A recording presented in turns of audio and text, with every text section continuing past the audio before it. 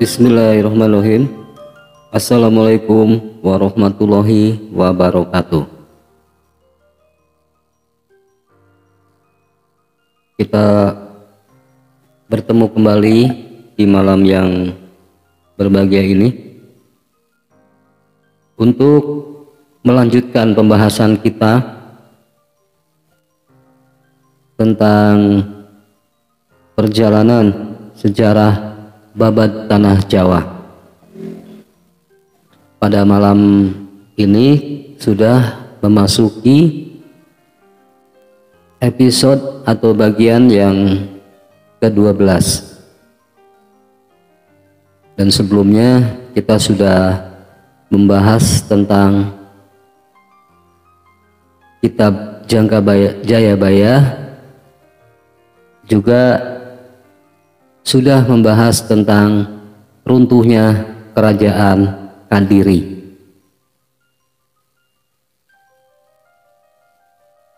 Dan untuk malam ini kita akan membahas tentang kerajaan Singasari, atau yang juga disebut sebagai kerajaan Singosari.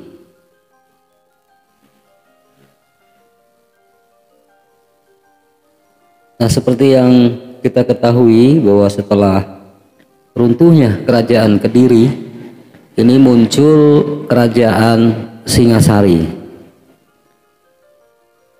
Pendiri kerajaan ini adalah seorang tokoh yang berasal dari rakyat jelata yang kita kenal, yakni bernama Ken Arok, di mana pada saat ia merebut atau meruntuhkan kerajaan Kediri, saat itu ia sedang menduduki jabatan sebagai Aku di Tumapel.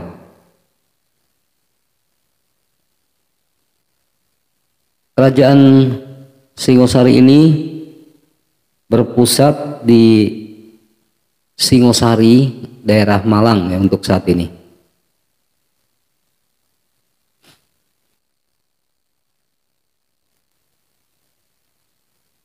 Nah, untuk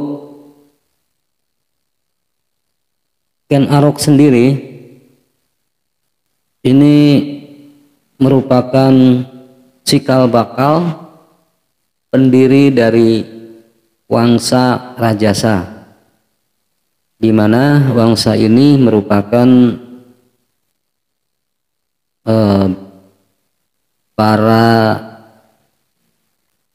menjadi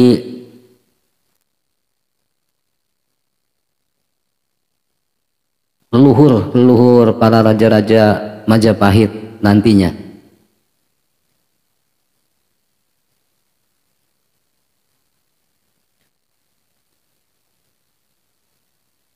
Mengenai Wangsa Rajasa itu dibahas ya dalam kitab Pararaton dan juga dibahas dalam kitab Nagara Kertagama. Akan tetapi pada pembahasan dalam kedua kitab tersebut terdapat perbedaan yang cukup mencolok, yang nantinya bisa kita kaji bersama-sama, ya, di mana bahwa Negara Kertagama itu dibuat memang pada saat kerajaan Majapahit masih berdiri. Jadi semua kejadian-kejadian termasuk para leluhur dari kerajaan Majapahit dibahas di sana. Sedangkan kitab Paraton ditulis yaitu setelah masa runtuhnya kerajaan Majapahit, akhir-akhir menjelang runtuhnya Majapahit, dan banyak para ahli yang meragukan tentang kebenaran dari isi kitab Paraton sepenuhnya. Dalam arti bukan berarti isi dari Paraton itu bohong semua, bukan ya. Namun ada beberapa bagian yang mungkin ditambahkan atau dikurangi seperti itu.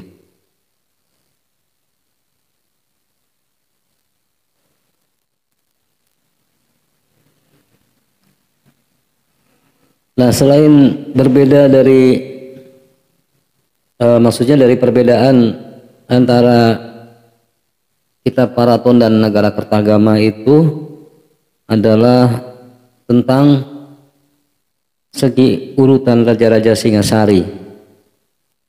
Nah, kalau dalam versi Paraton, Ken Arok alias Rajasa Sang Amur Wambumi ini memerintah di Singasari dari tahun 1222 Masehi sampai dengan 1247 Masehi. Sedangkan menurut Nagara Kertagama bahwa Ken Arok dicatat bernama Rangga Rajasa Sang Giri Nataputra yang berkuasa dari tahun 1222 Masehi sampai dengan 1227 Masehi. Selanjutnya raja yang kedua menurut versi Paraton adalah Anusapati yang berkuasa sejak tahun 1247 sampai dengan 1249. Nah, sedangkan menurut Nagara Kertagama raja kedua masih Anusapati yang berkuasa dari 1227 Masehi sampai dengan tahun 1248 Masehi.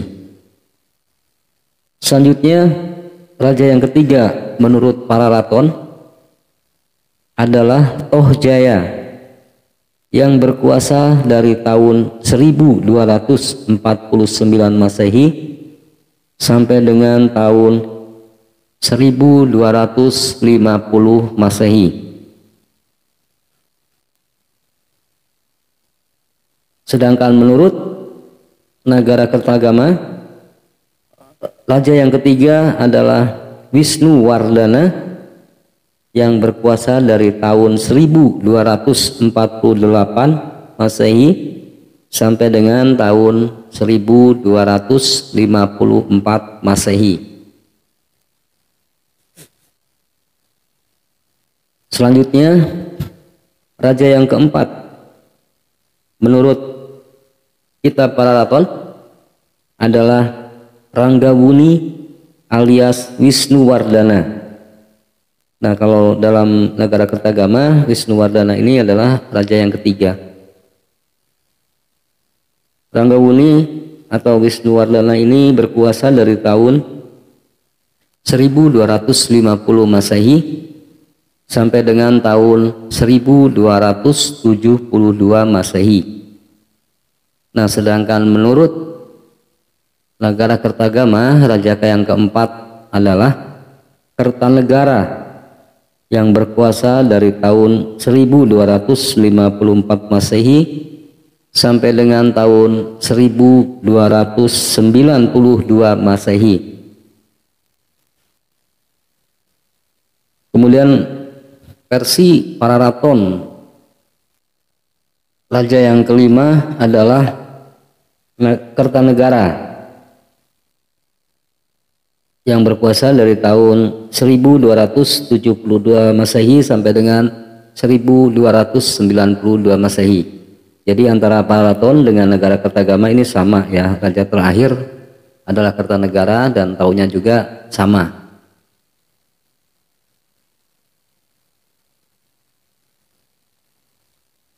Nah, selain dari perbedaan urutan raja-raja, ini antara Paraton dan Nagara Kertagama juga terdapat adanya perbedaan dari segi latar belakang pergantian raja-raja Singasari. Kisah suksesi Raja-Raja Tumapel versi Pararaton ini diwarnai dengan kejadian pertumpahan darah yang dilatar belakangi dengan adanya balas dendam.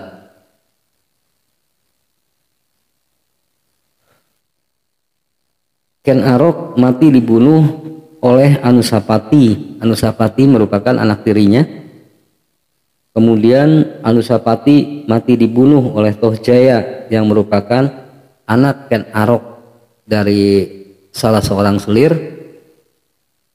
Kemudian Tohjaya juga mati akibat pemberontakan Ranggawuni.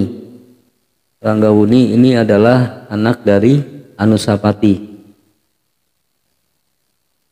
Hanya Ranggawuni yang digantikan oleh Kertanegara, tidak melalui jalan kudeta atau dengan damai, karena memang Kertanegara ini merupakan putra dari Ranggawuni. Nah, sementara menurut kitab Negara Kertagama ini tidak menyebutkan adanya pembunuhan antara raja pengganti terhadap raja yang sebelumnya, sebagaimana yang diceritakan dalam Pararaton. Dan hal ini dapat dimaklumi karena Negara Kertagama adalah kitab pujian bagi Prabu Hayam Wuruk, Raja Majapahit.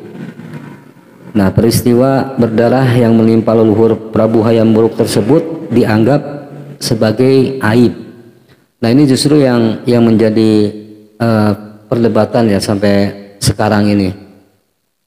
Nah, di antara para raja tersebut hanya Wisnuwardana dan Kertanegara yang didapati menerbitkan prasasti sebagai bukti kesejarahan mereka. Nah, prasasti tersebut adalah Mula Malurung yang dibuat oleh Kertanegara atas perintah dari ayahnya, yaitu Wisnuwardana. Nah, ternyata menyebut Tohjaya sebagai Raja Kadiri, bukan Raja Tumapel. Hal ini juga memperkuat kebenaran berita dalam Negara Kertagama. Prasasti tersebut dikeluarkan oleh Kertanegara yaitu pada tahun 1255 Masehi selaku raja bawahan di Kadiri. Nah, dengan demikian pemberitaan bahwa Kertanegara naik tahta tahun 1254 dapat diperdebatkan.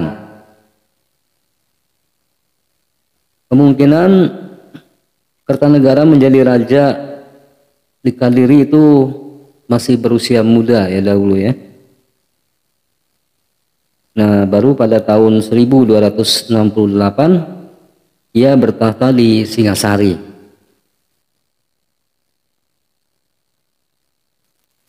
Ya, dengan demikian penemuan prasasti Mula Malurung memberikan pandangan lain yang berbeda dengan versi Pararaton yang selama ini dikenal mengenai sejarah Tumapel. Kerajaan Tumapel disebutkan didirikan oleh Rajasa yang dijuluki Batara Siwa setelah menaklukkan Kediri. Sepeninggalnya kerajaan terpecah menjadi dua, yaitu Tumapel yang dipimpin oleh Anusapati dan Kediri yang dipimpin oleh Batara Parameswara atau yang bernama asli Mahisa Wongteleng. Parameswara digantikan oleh Huningbaya, kemudian Tohjaya. Nah, sementara itu Anusapati digantikan oleh Seminingrat yang bergelar Wisnuwardana. Pada prasasti Mula Malurung juga menyebutkan bahwa Sepeninggalnya Tohjaya, kerajaan Tumapel dan Kadiri dipersatukan kembali oleh Saminingrat atau Wisnuwardana. Lalu Kediri menjadi kerajaan bawahan yang dipimpin oleh putranya, yaitu Kertanegara.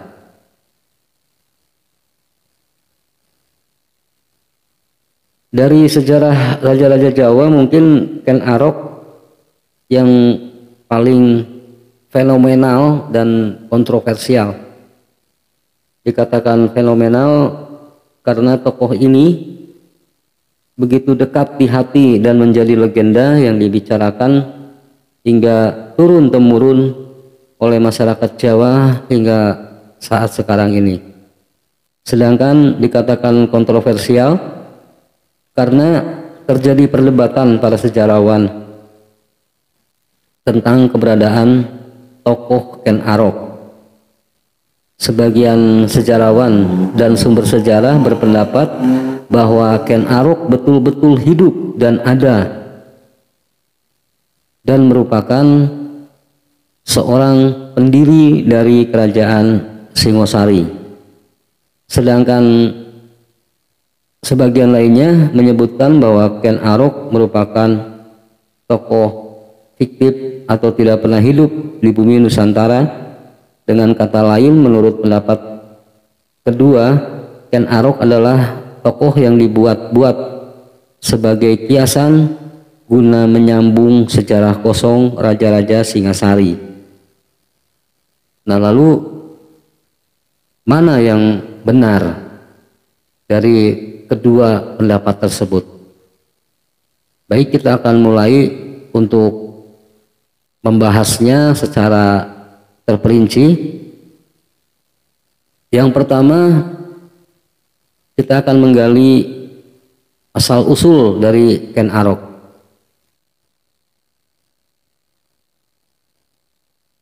Banyak sumber sejarah yang berpendapat berbeda ya, tetapi mengenai ibunya dan takala Ken Arok menjadi perampok di usia dewasa, sumber-sumber tersebut menceritakan kisah yang sama. Nah, jadi di sini antara sumber-sumber sejarah itu dari awal itu sudah sama ya untuk latar belakang Ken Arok sendiri. Menurut penelitian dari seorang sejarawan yaitu Sukatman, bahwa Ken Arok merupakan putra Gajah Para yang berasal dari desa Campara. Saat ini terletak di Bacem, Lodoyo, Blitar, Jawa Timur. Dan ibunya berasal dari desa Pangkur bernama Ken Endok. Kalau desa Pangkur untuk saat ini berada di Ciwut, Ngelegok, Kabupaten Blitar, Jawa Timur. Nah, Gajah Para ini artinya adalah makna gajah dari nama Gajah Para adalah nama jabatan yang setara dengan Wardana atau pembantu adipati. Pada era jabatan tersebut itu dipakai pada era kerajaan Kediri. Nah, sebelum Ken Arok lahir, ayahnya telah meninggal dunia saat ia masih berada dalam kandungan. Dan saat itu ibunya Ken Endok telah direbut oleh Raja Kediri. Nah, setelah lahir kemudian ibunya yaitu Ken Endok membuang bayi yang masih merah, bayi yang kemudian menjadi Ken Arok itu dibuang di sebuah areal pemakaman, hingga kemudian ditemukan dan diasuh oleh seorang pencuri yang bernama Lembong. Dari sinilah kemudian Ken Arok dididik dan terbentuk pribadinya sebagai seorang perampok, karena didikan dari sang penemunya yaitu Lembong ini.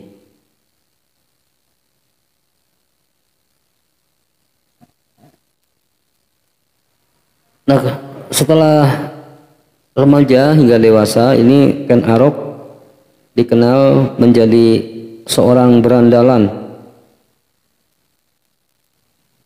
yang sangat lihai dalam melakukan aksi-aksi kejahatannya seperti mencuri, dan ia juga gemar berjudi.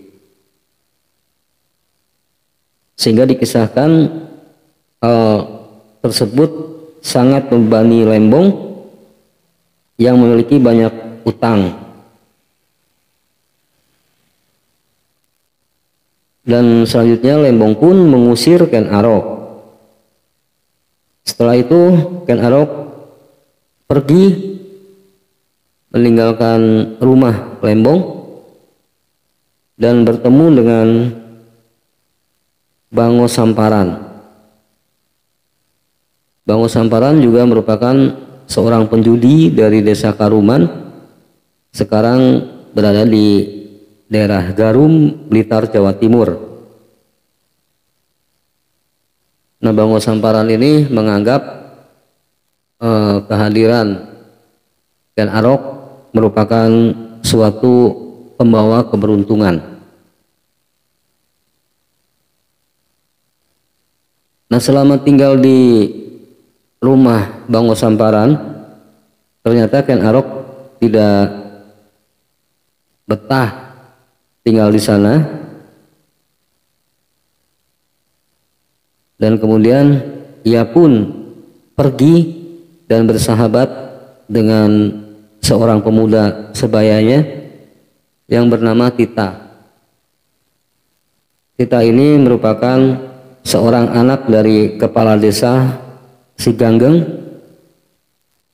sekarang adalah desa Senggreng, Sumber Pucung di Malang. Nah, mereka ini bersahabat sangat akrab, dan keduanya juga dikenal menjadi pencuri dan juga penjudi. Bahkan keduanya ini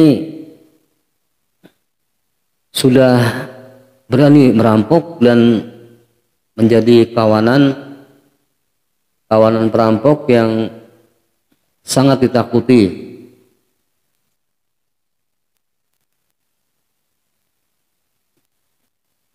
Di daerah Kediri pada saat itu. Kemudian Ken Arok ini bertemu dengan seorang Brahmana dari India yang bernama Loh Gawe.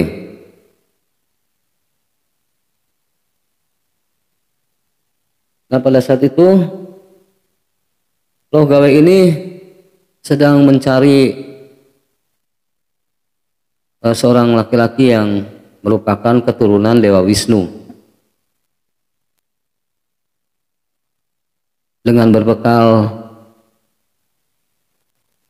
ciri-ciri yang akan ia cari, ternyata ciri-ciri tersebut ditemukan pada diri dari Ken Arok yang berhasil ditemuinya.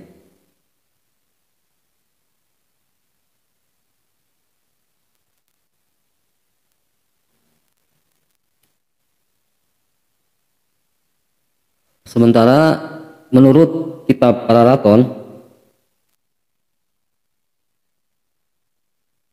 dijelaskan bahwa Ken Arok lahir dari rahim seorang ibu yang bernama Ken Endok.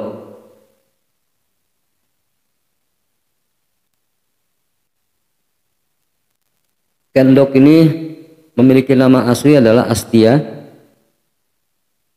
yang merupakan seorang kembang desa yang sangat cantik dari dusun Pungkur. Kemudian ia dipersunting oleh seorang maharesi yang bernama Resi Agung Sri Yogiswara Girinata.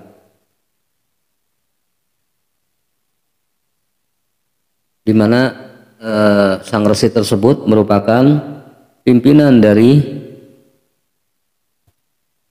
Padepokan Girilaya yang sangat terkenal pada masa itu.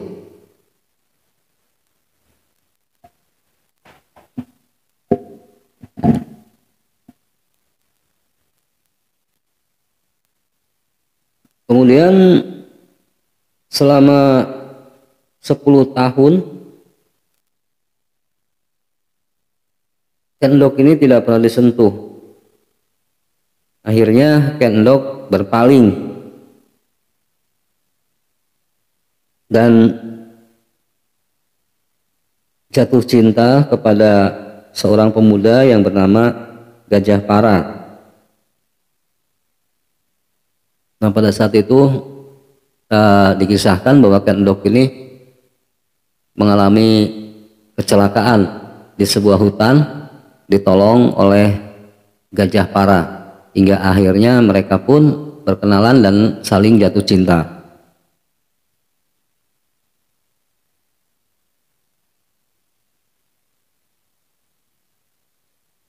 Sampai akhirnya Ken Endok yang saat itu sedang hamil ini menjadi bahan fitnahan bagi Gajah Para, di mana fitnahan itu mengarah atau menuduh Gajah Para telah menghamili Ken Endok. Padahal Ken Endok sendiri dihamili oleh seorang resi cabul yang berhasil menghipnotisnya hingga tertidur dan menyetubuhi Ken Endok. Nah, setelah sadar ia lari dan keluar hutan, dan saat itu ia mengalami kecelakaan dan ditolong oleh Gajah Para.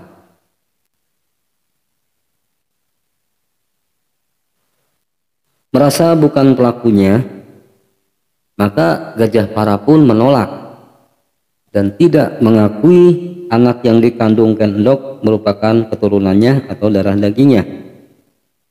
Nah, sehingga Ken Endok pada saat itu merasa malu dan lari dari Girilaya ke sebuah daerah tersembunyi. Di sana Ken Endok mengakui bahwa anak yang dikandungnya itu adalah anak Dewa Brahma, sehingga Ken Endok dianggap gila dan diusir dari daerah tersebut oleh masyarakat di sana. Sesampainya di daerah pekuburan, mungkin karena sudah waktunya melahirkan, Ken Endok berhasil melahirkan Ken Arok dengan selamat, yang kemudian bayi tersebut ditinggalkan olehnya di areal pemakaman itu, hingga bayi tersebut ditemukan oleh seorang pencuri yang bernama Ki Lembong.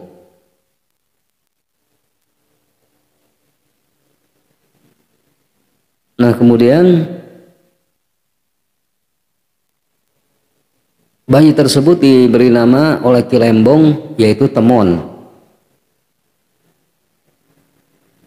dan diasuh olehnya hingga Temon ini berusia dewasa, remaja ya, pada saat itu masih remaja, namun perilakunya yang gemar mencuri dan berjudi ini sangat merugikan dan membuat sejumlah utang-utang yang harus ditanggung oleh Ki Lembong.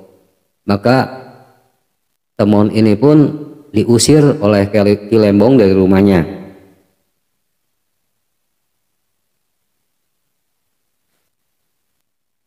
Pada saat itu Temon atau Ken Arok, jadi sebelum menjadi Ken Arok namanya, ini pergi menuju ke Kauman. Nah, dalam perjalanan ia bertemu dengan Bango Samparan. Bango Samparan ini merupakan seorang bandar judi di Kauman pada masa itu. Nah, Bango Samparan ini berkenalan dengan Temon, menurutnya merupakan petunjuk atau wangsit gaib yang diterima olehnya saat bersemedi di hutan Rabut Jalu karena terdesak oleh lilitan utang.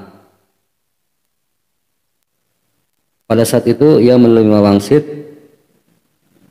yang berisikan bahwa apabila Bango Samparan hendak menyelesaikan utang-utangnya, maka hendaklah ia menemui seorang pemuda yang bernama Temon yang memiliki tanda cakra pada telapak tangan dan dari mulutnya mengeluarkan cahaya.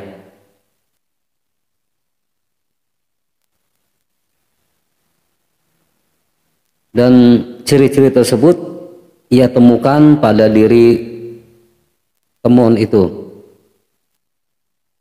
Hingga akhirnya setelah dirawat dan ditinggal bersamanya di rumahnya, Bango Samparan akhirnya bisa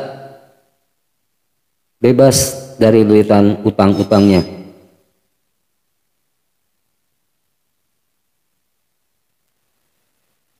Namun pada akhirnya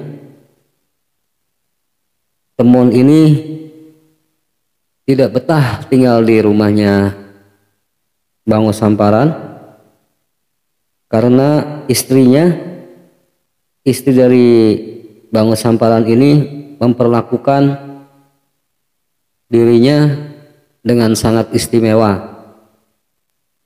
atau mungkin menaruh hati kepada Temon ini sehingga menimbulkan kecemburuan dari anak-anak kandungnya yang berjumlah 4 orang.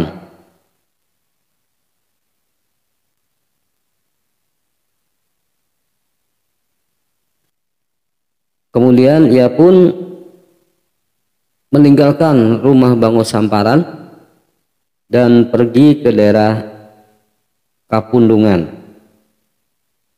Nah, di Kapundungan ini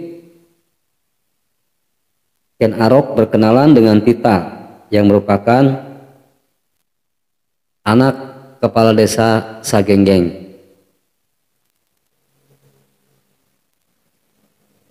Nah, selanjutnya Ken Arok ini tinggal di rumah Tita dan ia diterima sangat baik oleh ayahnya yang merupakan kepala desa Sagenggeng yang bernama Ki Sahaja.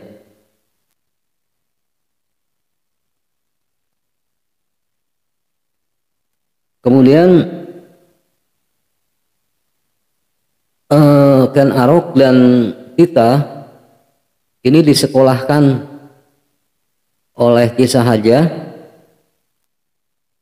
yaitu ke Tantripala.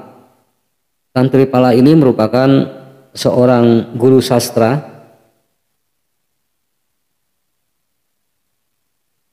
yang tentunya memiliki padepokan, dan selain sastra juga di sana untuk belajar dan membentuk kepribadian. Nah, pada saat mengikuti sekolah di padepokan milik Ki Tantrapala ini, Ken Arok bertemu dengan Ken Umang. Ken Umang ini adalah nama Kendedes, nama lain dari Kendedes yang nantinya akan menjadi istrinya.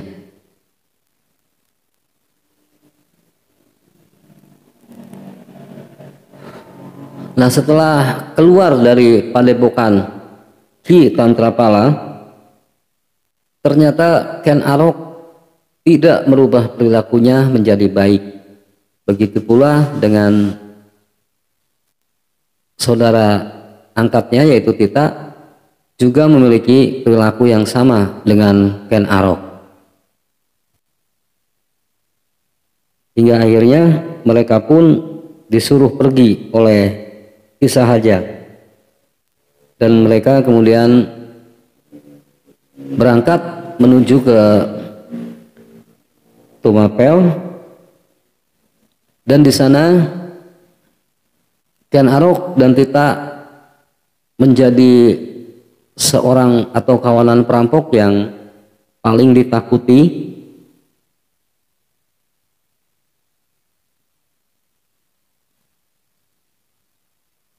di mana mereka itu mampu dan berani merampok secara terang-terangan dan berhasil merekrut anggotanya hingga berjumlah sangat banyak.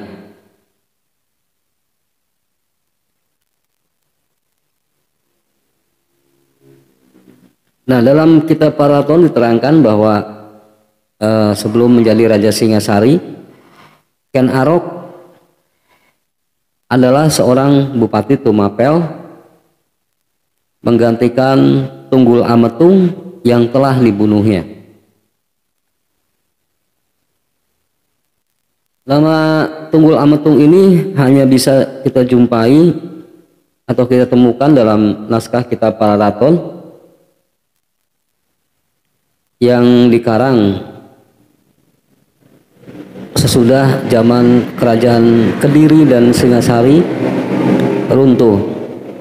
Nah, jabatan Akuwu mungkin setara ya dengan camat pada masa sekarang ini.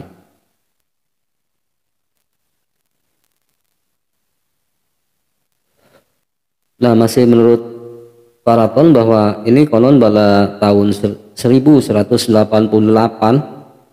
ini Kertajaya bertahta menggantikan Ratu Srengga yang bergelar Sri Maharaja Kertajaya yang berjuluk Dandang Gendis Kertajaya. Ia mempunyai mahapatih yang sangat diandalkan waktu itu. Mereka adalah Empu Tanakung yang diangkat sebagai penasihat spiritual Kertajaya. Kemudian ada Mahesa Walungan yang menjabat sebagai Mahapatih sekaligus merupakan adik kandung dari Kertajaya.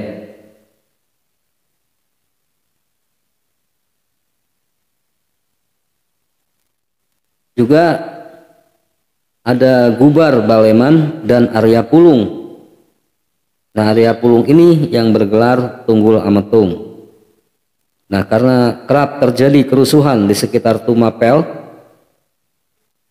yang dilakukan oleh kawanan Ken Arok dan Tita ini, maka Kertajaya mengutus Arya Pulung atau Tunggul Ametung untuk mengatasi kerusuhan di Tumapel.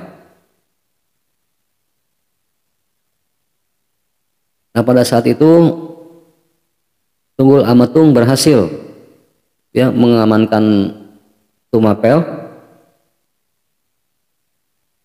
dan Kertajaya akhirnya diberi kepercayaan untuk menjadi seorang Akuwu di sana.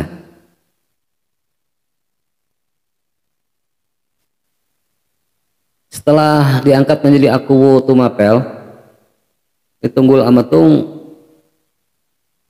melakukan terobosan ya seperti itu ya yang dilakukan olehnya selama menjadi Akuwu di Tumapel. Ia mengambil kebijaksanaan, yaitu antara lain melegalkan perjudian. juga menjadikan Kutaraja sebagai sentra perdagangan. Dengan adanya dua kebijakan ini membuat daerah Tumapel ini semakin terkenal dan semakin ramai atau semakin besar. Bahkan Aku Tumapel ini cukup disegani ya oleh kerajaan-kerajaan sekitarnya maupun oleh kerajaan-kerajaan bawahan hasil taklukan dari kerajaan Kediri. Nah, dengan kebesaran nama Tunggul Ametung sendiri, kemudian ia pun membangun sebuah istana yang cukup megah, sangat megah, bahkan menyaingi dari istana kerajaan Kediri. Nah, nama istana ini diberi nama Pakuwon. Pada istana tersebut itu didirikan juga benteng, kemudian taman larangan, dan pernak-pernik lainnya persis seperti yang ada di istana kerajaan Kediri.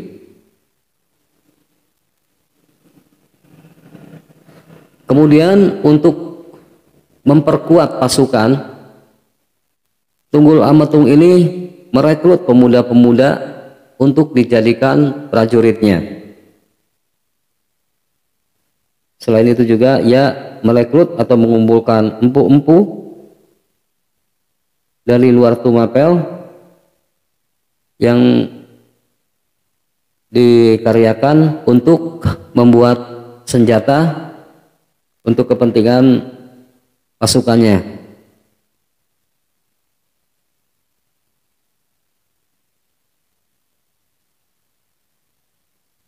Dari sekian banyak empu-empu yang direkrutnya, tersebutlah nama seorang empu, yaitu Empu Gandring. Empu Gandring ini merupakan seorang pembuat senjata terkenal yang berasal dari Lulumbang.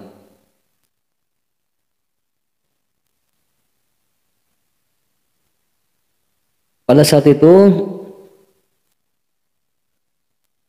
setelah senjata berhasil dibuat, Tunggul Ametung juga membuat pasukan khusus pengawalnya yang dipimpin oleh seorang kepercayaannya yang bernama Kebo Ijo.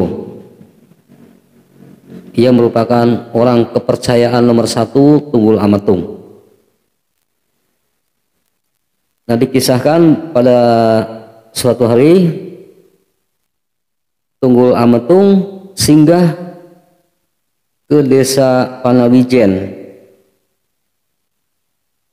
Di sana ia berjumpa dengan seorang gadis cantik yang bernama Kendedes.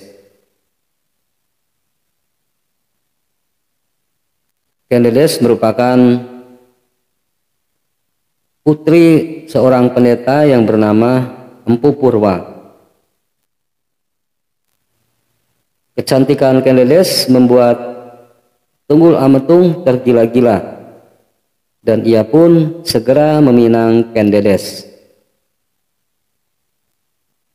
Namun pada saat itu Kendedes menolak karena ia harus meminta izin ayahnya Empu Purwa yang sedang bersemedi di hutan.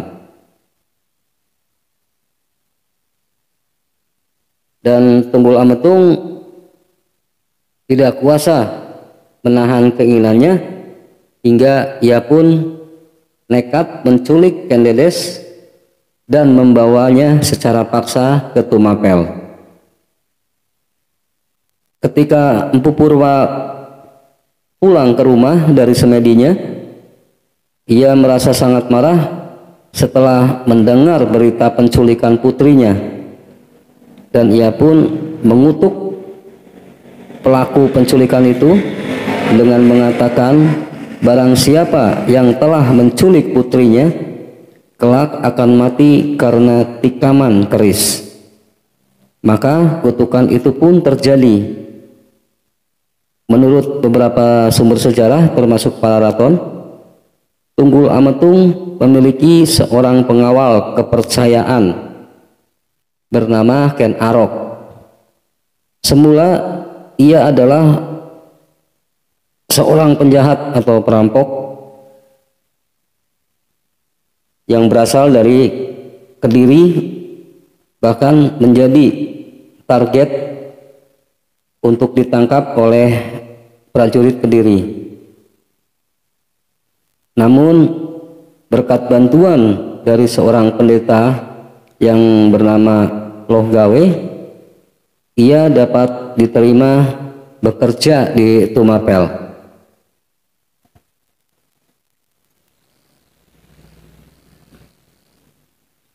Setelah bekerja, Ken Arok memang melakukan atau mengerjakan tugasnya itu dengan sangat baik. Dia pun memiliki kesaktian yang dapat diandalkan hingga menjadi orang kepercayaan dari Tunggul Ametung ini.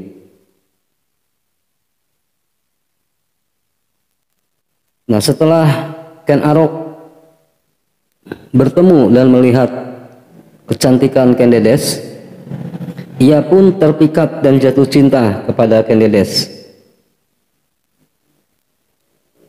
Nah, sempat ini Loh Gawe ini meramalkan bahwa nantinya Ken Arok akan menurunkan keturunannya menjadi raja-raja besar di Jawa.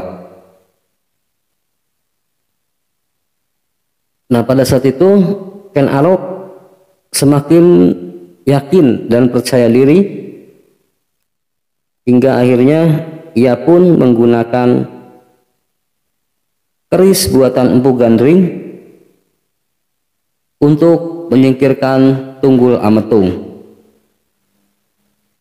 Mula-mula Ken Arok meminjamkan keris pusakanya kepada teman sesama pengawal yang bernama Kebo Ijo.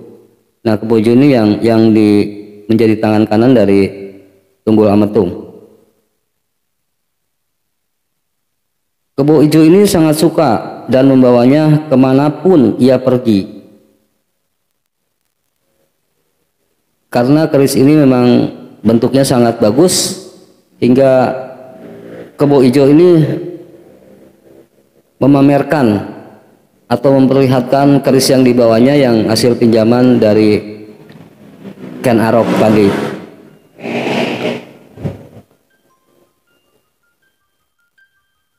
Sehingga banyak orang yang kagum dan melihat, bahkan mengetahui bahwa keris tersebut adalah milik dari Kebo Ijo sendiri. Pada malam yang telah direncanakan, Ken Arok mencuri keris pusaka yang dipinjamkannya atau mengambil kembali yang dipinjamkannya kepada Kebo Ijo itu. Lalu ia pun pergi ke dalam kamar Tunggul Ametung dan membunuhnya. Mungkin untuk pembahasan mengenai Kerajaan Singosari dan perjalanan hidup Ken Arok hingga menjadi pemimpin di Tumapel sebagai Akuwu, kita